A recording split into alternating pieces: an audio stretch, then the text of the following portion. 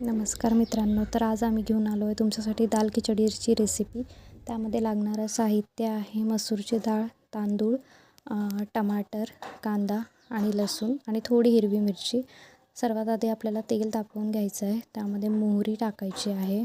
मोहरी एकदा तडतडून गेली की त्यानंतर आपल्याला त्यामध्ये लसणाचे बारीक काप टाकायचे आहे आणि कांदा टाकल्यावर छानपैकी कांदा लालसर असा भाजून घ्यायचा आहे।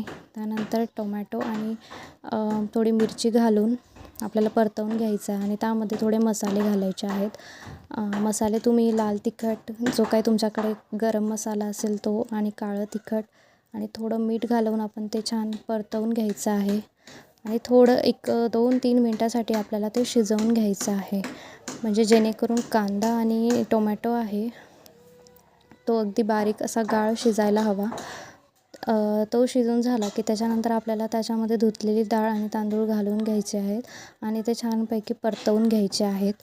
आणि मग जेवढ्या प्रमाणात आपण घेतलं असेल तेवढ्या प्रमाणात आपल्याला त्याला पाणी घालायचं आहे आणि छान ते मिक्स करून घ्यायचं आहे।